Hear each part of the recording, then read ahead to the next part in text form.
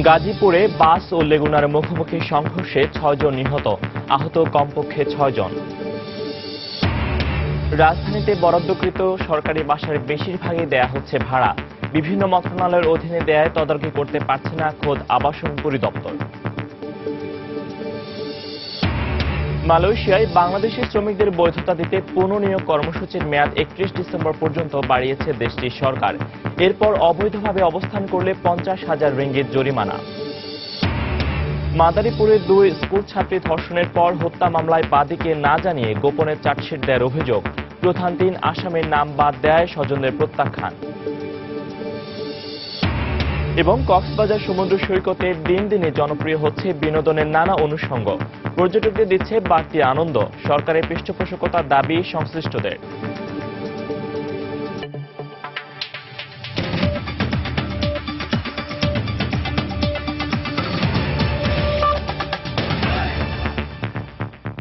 সময় সংবাদে সঙ্গে আছি আমি ফয়সাল মোর্শেদ। গাজীপুরে বাস ও লেগুনার মুখোমুখি সংঘর্ষে ৬ জন নিহত হয়েছেন। এছাড়া আহত হয়েছেন কমপক্ষে আরও ৬ জন। সকালে ঢাকা-টাঙ্গাইল মহাসড়কের ইটহাটা এলাকায় এই দুর্ঘটনা ঘটে। প্রত্যক্ষদর্শীরা জানান, কোনাবাড়ি থেকে গাজীপুর চৌরাস্তার দিকে যাচ্ছিল যাত্রীবাহী একটি লেগুনা। মহাসড়কের ইটহাটায় পৌঁছালে বিপরীত দিক থেকে আসা মম পরিবহনের একটি বাসের সাথে লেগুনার সংঘর্ষ হয়। এতে ঘটনাস্থলে লেগুনার চালক ও ৫ যাত্রী নিহত হন। আহত অপর ৬ জনকে উদ্ধার করে প্রথমে শহীদ তাজউদ্দিন আহমদ মেডিকেল কলেজ হাসপাতালে ভর্তি করা হয়। পরে গুরুতর ২ জনকে ঢাকা মেডিকেলে পাঠানো হয়। এখনও নিহতদের পরিচয় জানাতে পারেনি পুলিশ। এদিকে বাসটিকে জব্দ করা হলেও দুর্ঘটনার পর থেকে চালক পলাতক রয়েছে।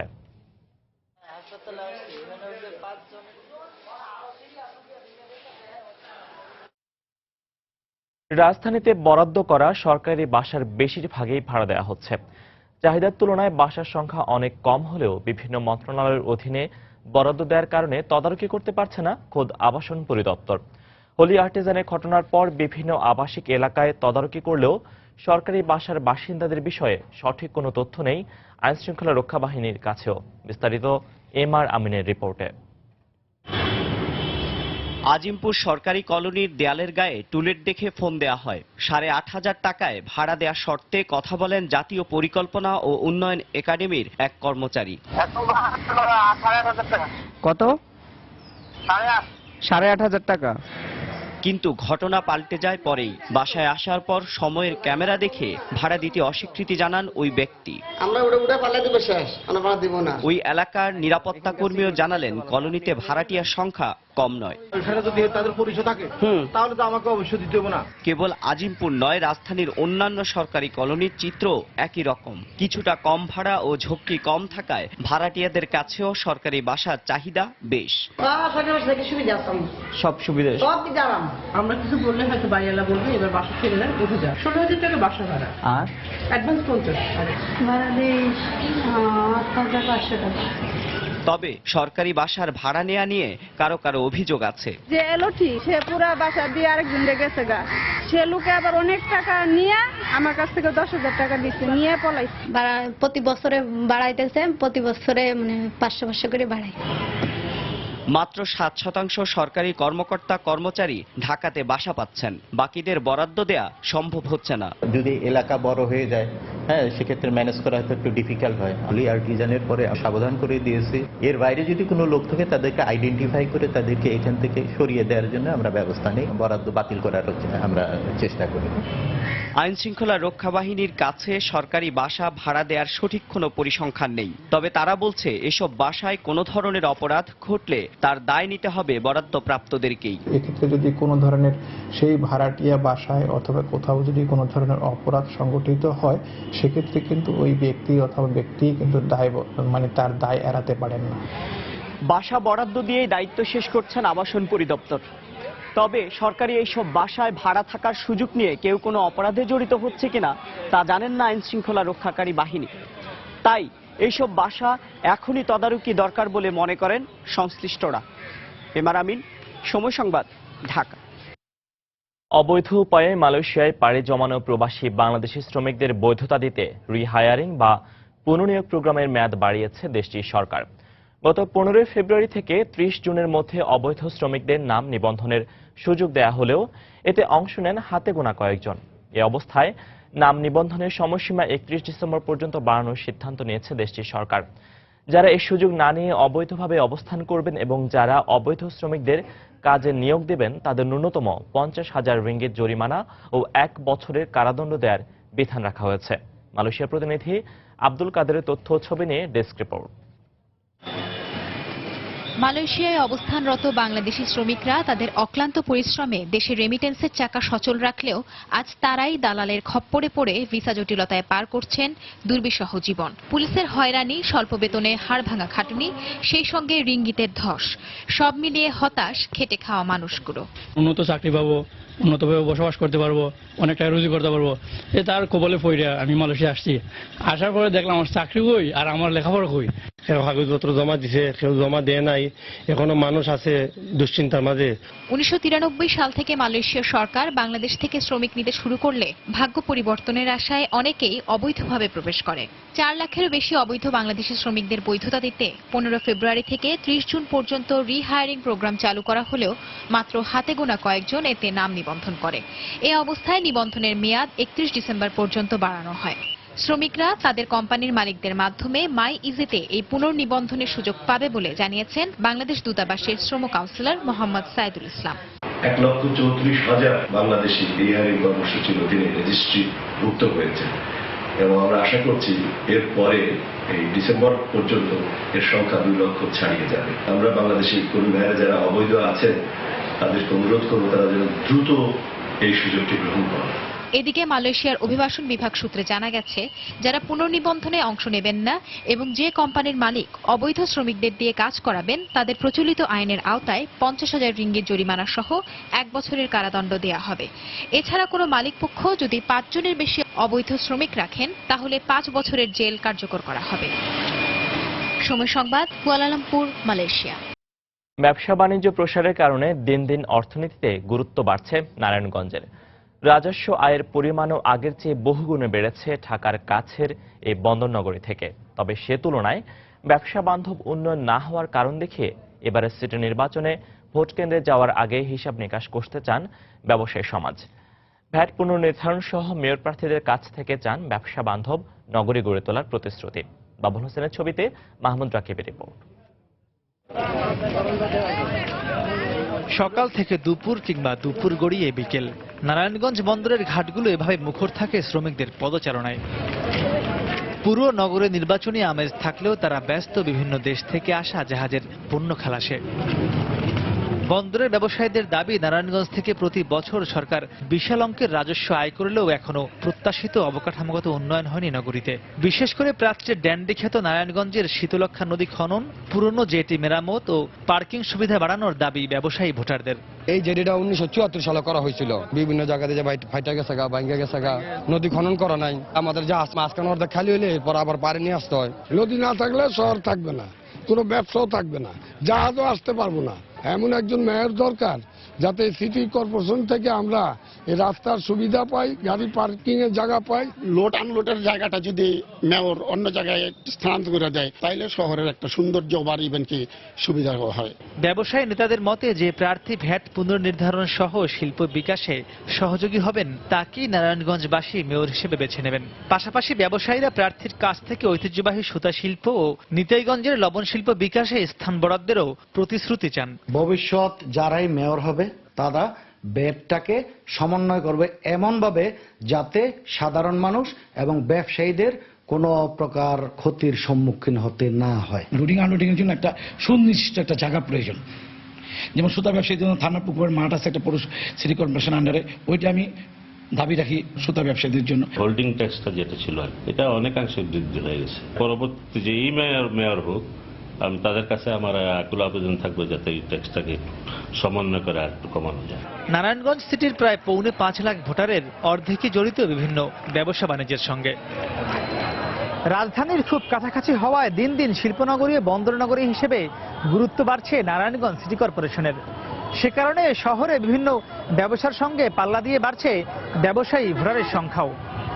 তাই 22 ডিসেম্বরের নির্বাচনে এখানকার ব্যবসার সঙ্গে সংশ্লিষ্ট ভোটাররা গুরুত্বপূর্ণ ভূমিকা পালন করবে বলে মনে করছেন নির্বাচন পর্যবেক্ষকরা। মাহমুদ রাকিব, সময় সংবাদ, নারায়ণগঞ্জ। নারায়ণগঞ্জে সিদ্ধিরগঞ্জ এলাকায় নির্বাচনী প্রচারে অংশ নিয়েছেন বিএনপির মেয়র প্রার্থী সাখাওয়াত হোসেন খান। এই মুহূর্তে সেখানে রয়েছেন আমাদের সহকর্মী রাশেদ লিমন। সরাসরি চলে যাচ্ছে তার কাছে। লিমন, এই মুহূর্তে আসলে আমরা আছি সিদ্ধিরগঞ্জ এলাকায়, এবং সিদ্ধিরগঞ্জ এলাকায় কিন্তু আমরা সকাল থেকে দেখছি যে বিএনপির প্রার্থী অ্যাডভোকেট সাখাওয়াত হোসেন তিনি কিন্তু তার প্রচারণায় ব্যস্ত রয়েছেন, এবং তারাই ব্যস্ত সময়তে আমরা সকালে দেখেছি যে তিনি কিন্তু চাষারা থেকে তার এই নির্বাচনী প্রচারণা শুরু করেন, এবং চাষারা দিয়ে প্রথমে তার নেতাকর্মীদের নিয়ে চাষারা এলাকার বেশ কিছু দোকানপাটে তিনি তার প্রচারণা চালিয়েছেন। এরপরে দেখেছি যে তিনি সিমরাইল এলাকায় চলে এসেছেন। সিমরাইল এলাকায় সকাল থেকে তিনি তার প্রচারণা চালিয়েছেন। এই মুহূর্তে আমরা আছি সিদ্ধিরগঞ্জ এলাকায়, এবং সিদ্ধিরগঞ্জ এলাকায় তিনি প্রচারণা চালাচ্ছেন। এবং পাশাপাশি স্থানীয় নেতাকর্মী সহ কেন্দ্রীয় বেশ কয়েকজন নেতাকর্মী আছেন, তাদের নিয়ে তারা এই প্রচারণা চালাচ্ছেন। এবং প্রচারণা চালানোর সময় তাকে দেখছিলাম যে আমরা যে যতখানি যে তিনি আসলে অল্প সময়ের মধ্যে একটু বলা যায় একটু দ্রুত তার এই প্রচারণা কার্যক্রম করছেন, এবং খুব অল্প সময়ের মধ্যে যত বেশি ভোটারদের কাছে যাওয়া যায় সেই চেষ্টাই আসলে করছেন। এবং পাশাপাশি তিনি কতক্ষণ পর থেমে থেমে কিছুক্ষণ একটু পথসভার মতো করে নিচ্ছেন। সেখানে আসলে ভোটারদের কাছে বিভিন্ন তাদের ভোটারদের চাহিদা অনুযায়ী বিভিন্ন প্রত্যাশা দিচ্ছেন। যেমন আসলে এই সমস্ত এলাকায় কিছুটা জলাবদ্ধতা বা সন্ত্রাস, মাদক বা পাশাপাশি রাস্তাঘাটের উন্নয়ন, এই ধরনের প্রতিশ্রুতি দিয়ে কিন্তু তিনি তার নির্বাচনী প্রচারণা চালাচ্ছেন।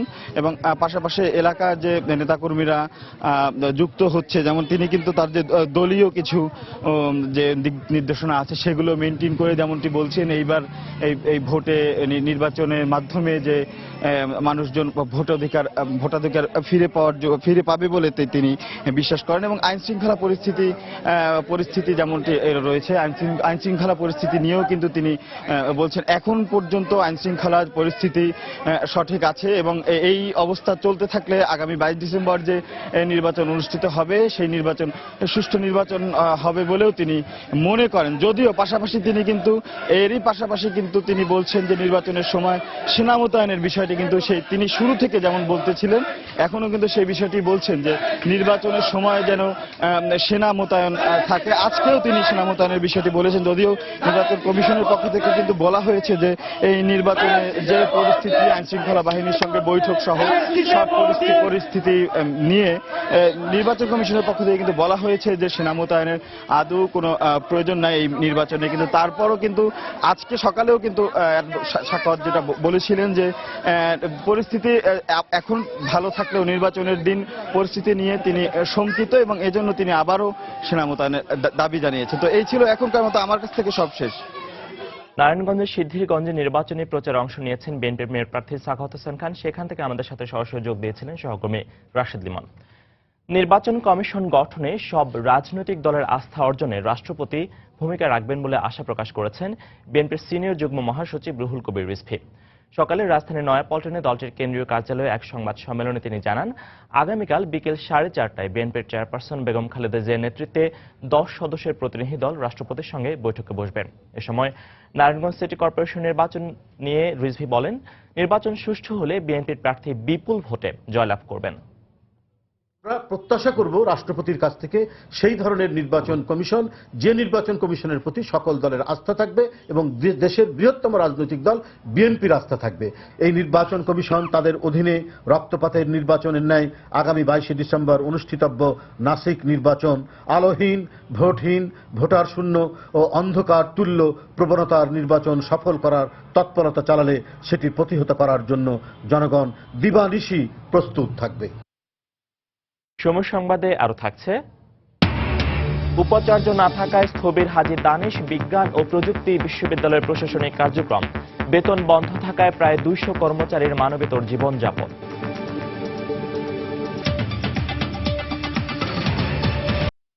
মাদারীপুরে 2 স্কুল ছাত্রী ধর্ষণের পর হত্যার ঘটনায় মামলা দায়েরের 15 মাস পর বাদীকে না জানিয়ে গোপনে আদালতে অভিযোগপত্র দাখিলের অভিযোগ উঠেছে। মামলার প্রধান 3 আসামিকে বাদ দিয়ে শুধুমাত্র আত্মহত্যার কথা উল্লেখ করে অভিযোগপত্র দাখিল করায় তা প্রত্যাহারের দাবি জানিয়েছেন নিহতের স্বজনরা। বাদী পক্ষের আইনজীবীর দাবি, বিচার থেকে বাঁচতে কৌশলে প্রকৃত আসামিদের নাম বাদ দেওয়া হয়েছে। তবে ময়নাতদন্ত রিপোর্টে ধর্ষণ নয়, বিষ পানে 2 স্কুল ছাত্রী আত্মহত্যা করেছে বলে জানান মামলার তদন্তকারী কর্মকর্তা। সঞ্জয় কর্মকার অভিজিতের তথ্য ও শাহাদাত আকুনের তোলা ছবি নিয়ে ডেস্ক রিপোর্ট। 2015 সালের 13 আগস্ট স্কুল থেকে বাড়ি ফেরার পথে মাদারীপুরের মোস্তফাপুর উচ্চ বিদ্যালয়ের 8ম শ্রেণীর ছাত্রী সুমাইয়া ও হ্যাপিকে অপহরণ করে দুর্বৃত্তরা। পরে ধর্ষণের পর বিষ খাইয়ে তাদের হত্যা করা হয় বলে অভিযোগ করেন স্বজনরা। এ ঘটনায় সদর থানায় ও আদালতে 11 জনকে আসামি করে আলাদা দুটি মামলা হলে অধিকতর তদন্তের দায়িত্ব পায় সিআইডি পুলিশ। দীর্ঘ 15 মাস তদন্ত শেষে গত 7 নভেম্বর বাদীপক্ষকে না জানিয়ে মামলার প্রধান 3 আসামি শিপন, রফিকুল ও সালমা বেগমের নাম বাদ দিয়ে 8 জনকে অভিযুক্ত করে আদালতে অভিযোগপত্র দাখিল করা হয় বলে অভিযোগ স্বজনদের। সুমাইয়া 1 ঘন্টা বাচ্চা ছিল, তখন মেন দুটা আসামি সুমাইয়া ধরাই দিয়ে গেছে, বলছে ভাই ওদের ধরলেই আরো আসামি পাবেন। বর্ধম আসামিকে কেমন করে নাম করায়, আমরা বিচার চাই, এটা ফাঁসি চাই ডাইরেক্ট, আমরা আর কিছু চাই না। দুইটা মেয়ে মারিয়ে ফেলাইছে স্যার, আমরা সরকার কাছে বিচার চাই। মামলার তদন্তকারী কর্মকর্তার দাবি, ময়নাতদন্ত রিপোর্টের ভিত্তিতেই আদালতে চার্জশিট দেওয়া হয়েছে। 2 বার ময়নাতদন্ত করেছে, 2 বারই একইভাবে আসছে যে এটা সুইসাইডাল নেচার। তদন্তে সাক্ষ্য প্রমাণে দেখা গেছে যে এটা আত্মহত্যা। বিষয় সংশ্লিষ্টতা 8 জনের পাইছি, 8 জনকে চার্জশিট দিয়েছি। তবে বাদীপক্ষের আইনজীবীর দাবি, বিচার থেকে বাঁচাতে কৌশলে প্রকৃত আসামিদের নাম বাদ দিয়ে এবং ঘটনা আড়াল করে অভিযোগপত্র দাখিল করা হয়েছে। সুস্পষ্টভাবে 306 ধারায় যেই সহায়তার যে বিষয়, এখানে কিভাবে আর আসামিরা সহায়তা করছে, আত্মহত্যা করার জন্য উদ্বুদ্ধ করছে, তারও বিস্তারিত কোনো বিবরণ বা কোনো তথ্য প্রমাণ এখানে আসে নাই। মামলায় গ্রেপ্তার হওয়া আসামি শিপন, রফিকুল, রানা ও রাকিব জামিনে রয়েছে। এছাড়া উজ্জ্বল নামে অপর এক আসামি সিঙ্গাপুরে পালিয়ে গেছে। সময় সংবাদ, মাদারীপুর। রাজধানীর খিলক্ষেতের বেল্লা এলাকায় এক বালু ব্যবসায়ীর গুলিতে একই পরিবারের 3 জন আহত হয়েছেন। স্বজনরা অভিযোগ করেন, সকালে সৌদ মিয়ার জমির ওপর দিয়ে ড্রেজারে পাইপ নেওয়া হচ্ছিল। এ সময় সৌদ মিয়া এই বিষয়ে প্রতিবাদ জানালে বালু ব্যবসায়ী হামিদুর রহমানের সাথে কথা কাটাকাটি হয়। চিৎকার শুনে তার পরিবারের সদস্যরা ঘর থেকে বেরিয়ে এলে ব্যবসায়ী হামিদুর রহমান গুলি ছুঁড়তে থাকেন। এ সময় গুলিবিদ্ধ হন সৌদ মিয়া, তার স্ত্রী ফাতেমা বেগম এবং তাদের ছেলে আব্দুল হালিম। এরপর স্থানীয় লোকজন হামিদুর রহমানকে ধরে পুলিশে সোপর্দ করেন। আহতরা ঢাকা মেডিকেলে চিকিৎসাধীন রয়েছেন।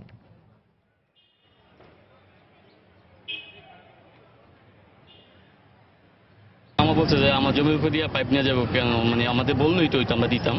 তো ওই লোক সকালবেলা আসছে 6টা সাড়ে 6টার দিকে, তো উনি আইসাই বলতেছে যে কে বাধা দিচ্ছে। তো এখানে কিন্তু বাধা দিচ্ছে, শুধু জিজ্ঞাসা করছিল যে মানে এইখানে নিচে আমাদের কেউ জিজ্ঞাসা করলো না। তো উনি আইসাই 2টা কথা বলেই মানে শর্টগান বাই করছে, বাই করে আপনার মানে একটা ফাঁকা গুলি করছে, আর একটা আপনার মানে গুলি যে করছে 2-3 জনে ছুঁয়ে লেগেছে। সময় সংবাদে আরো থাকছে, দক্ষিণ চীন সাগরে একটি মার্কিন আন্ডার ওয়াটার ড্রোন জব্দ করেছে চীন, ফিরিয়ে দিতে আনুষ্ঠানিক আবেদন যুক্তরাষ্ট্রের। উপাচার্য না থাকায় স্থবির হয়ে পড়েছে দিনাজপুর হাজী দানেশ বিজ্ঞান ও প্রযুক্তি বিশ্ববিদ্যালয়ের প্রশাসনিক কার্যক্রম। 2016-17 শিক্ষাবর্ষের অনার্স প্রথম বর্ষে ভর্তি পরীক্ষা স্থগিত করা হয়েছে। এতে সেশন জটের মুখে পড়েছে ভর্তিচ্ছু শিক্ষার্থীরা।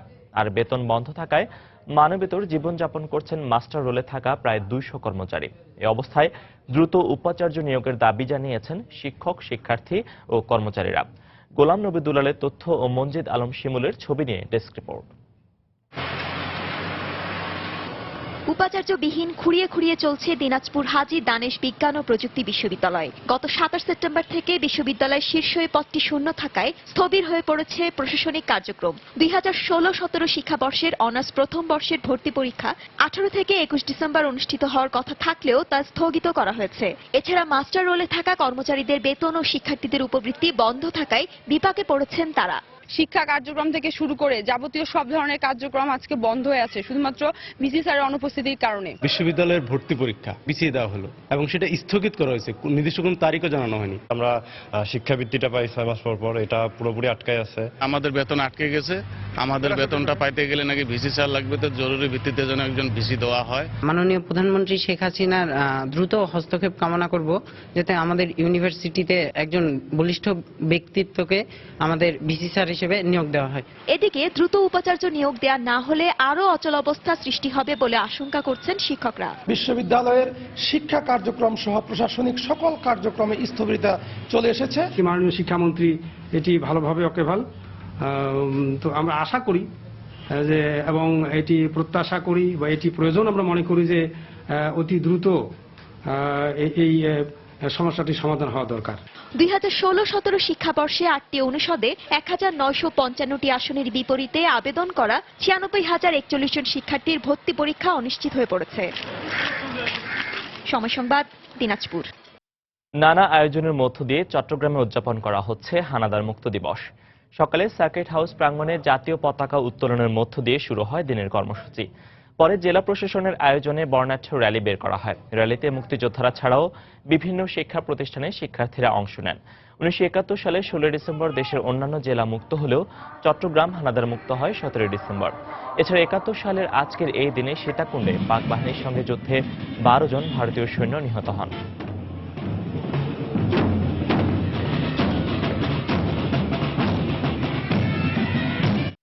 ভ্রমণের পাশাপাশি কক্সবাজার সমুদ্র সৈকতে দিন দিনে জনপ্রিয় হচ্ছে বিনোদনের নানান অনুষঙ্গ। বিচ বাইক, ওয়াটার বাইক বা প্যারাসেইলিং পর্যটকদের দিচ্ছে বাড়তি আনন্দ।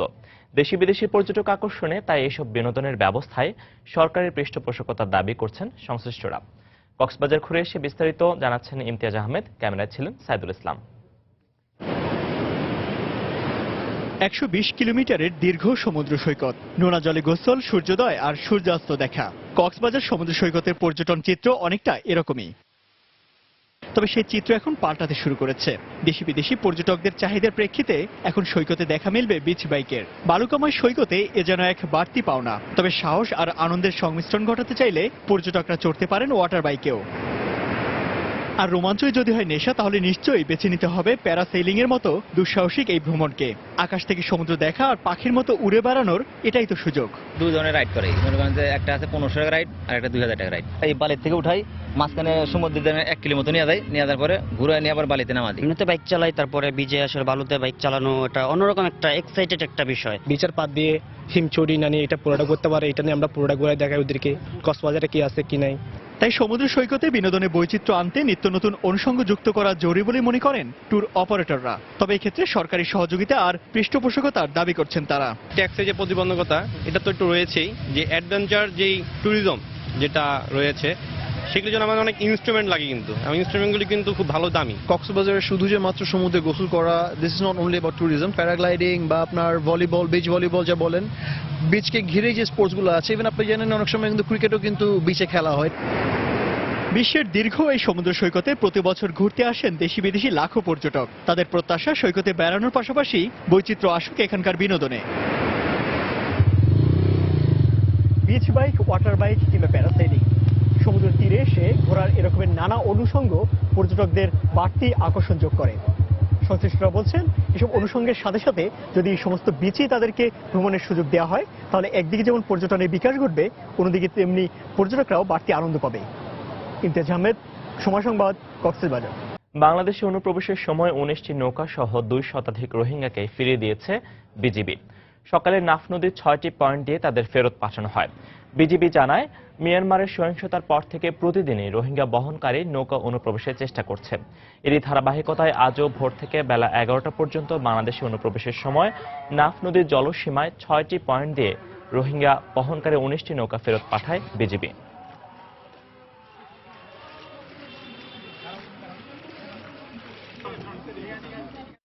দেশের বাইরের খবর। মিয়ানমারে অং সান সুচির নেতৃত্বাধীন সরকার রোহিঙ্গা মুসলিমদের সঙ্গে যে আচরণ করছে তার তীব্র নিন্দা জানিয়েছে জাতিসংঘ। জাতিসংঘের মানবাধিকার বিষয়ক দপ্তরের প্রধান জায়েদ রাদ আল হোসেন জানান, রাখাইন রাজ্যের সমস্যা মোকাবেলায় মিয়ানমারের সরকার যে নীতি নিয়েছে তাতে বরং উল্টো ফল হচ্ছে। মিয়ানমার সরকার জাতিসংঘের পর্যবেক্ষকদেরও রাখাইন রাজ্যে ঢুকতে দিচ্ছে না। এই অবস্থায় রাখাইন রাজ্যের সংখ্যালঘু রোহিঙ্গা মুসলিমদের ব্যাপারে সবচেয়ে খারাপ আশঙ্কা করছে জাতিসংঘ। তবে বরাবরই রোহিঙ্গাদের উপর নির্যাতনের অভিযোগ অস্বীকার করে আসছে মিয়ানমার সরকার। তারা বলছে, সন্ত্রাস দমনে সেখানে সেনা অভিযান চলছে।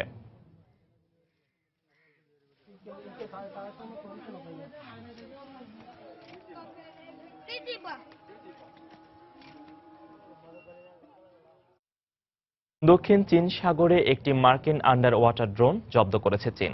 ড্রোনটি ফিরিয়ে দেওয়ার আহ্বান জানিয়ে শুক্রবার চীনের কাছে আনুষ্ঠানিক আবেদন করেছে যুক্তরাষ্ট্র। দক্ষিণ চীন সাগরের সুবিক বে থেকে 50 কিলোমিটার দূরে আন্তর্জাতিক জলসীমায় ডুবো ড্রোনটি গবেষণা কাজে নিয়োজিত ছিল বলে জানান মার্কিন কর্মকর্তারা।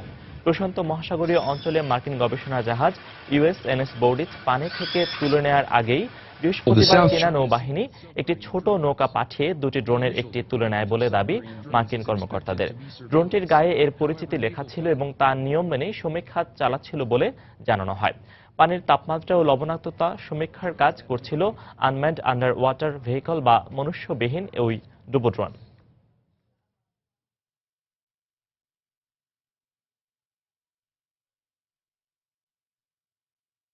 খেলার খবর।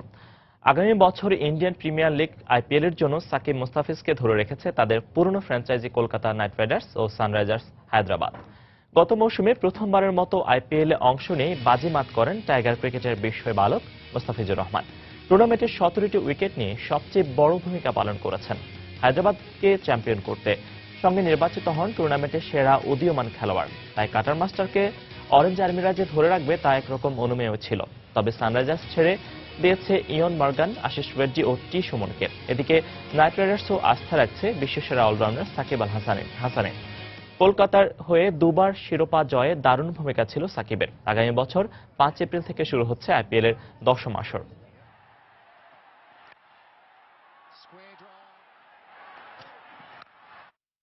এই পর্যায়ে শীর্ষ সংবাদ জানিয়ে দিচ্ছি আরেকবার। গাজীপুরে বাস ও লেগুনার মুখোমুখি সংঘর্ষে 6 জন নিহত, আহত কমপক্ষে 6 জন। রাজধানীতে বরাদ্দকৃত সরকারি বাসার বেশিরভাগই দেয়া হচ্ছে ভাড়া। বিভিন্ন মন্ত্রণালয়ের অধীনে দেয়ায় তদারকি করতে পারছে না খোদ আবাসন পরিদপ্তর। মালয়েশিয়ায় বাংলাদেশি শ্রমিকদের বৈধতা দিতে পুনর্নিয়োগ কর্মসূচির মেয়াদ 31 ডিসেম্বর পর্যন্ত বাড়িয়েছে দেশটির সরকার।